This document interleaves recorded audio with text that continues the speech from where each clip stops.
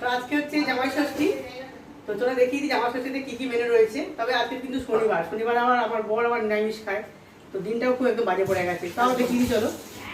তো এখানে রয়েছে উচ্ছে আলু ভাজা। আচ্ছা, এখানে ডালটা দেখিয়ে দিই একবারে। এখানে কিসের ডাল রে মা? মুগ ডাল। এখানে মুগ ডাল হয়েছে, ডালটা নিয়ে যাবো। আর এখানে রয়েছে পটল ভাজা। এটা কি? ও এখানে টকটা কালকেরই করা ছিল, টকটা হ্যাঁ। ও এটা আমরা চাটনি। আর এইখানে রয়েছে পোস্ত, এটা বরবটি দিয়ে আলু দিয়ে পোস্ত করেছে আজকে। পোস্ত এগুলো কি? এগুলো এখানে পোস্তর বড়া আছে। এগুলো হচ্ছে জামাইদের জন্য স্পেশাল পোস্তর বড়া। আর নিচেও কি আছে? ওটা কিছু না, ওটা ছানা মনে হয়, ছানা। আর এদিকে আছে, এদিকে এইখানে কি আছে? ও এটা মিষ্টি পোস্ত। এইখানে রয়েছে ফুলকপি আলুর তরকারি। তরকারি দেখে তো বেশ ভালোই মনে হয়েছে আজকে। কে করেছে এটা?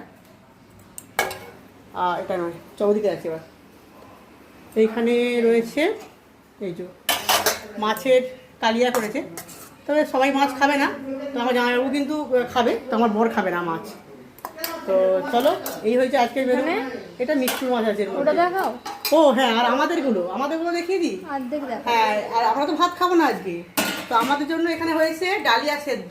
এই দেখো, হ্যাঁ অনেকটা ডালিয়া করে দেবো। এত ডালিয়া কে খাবে?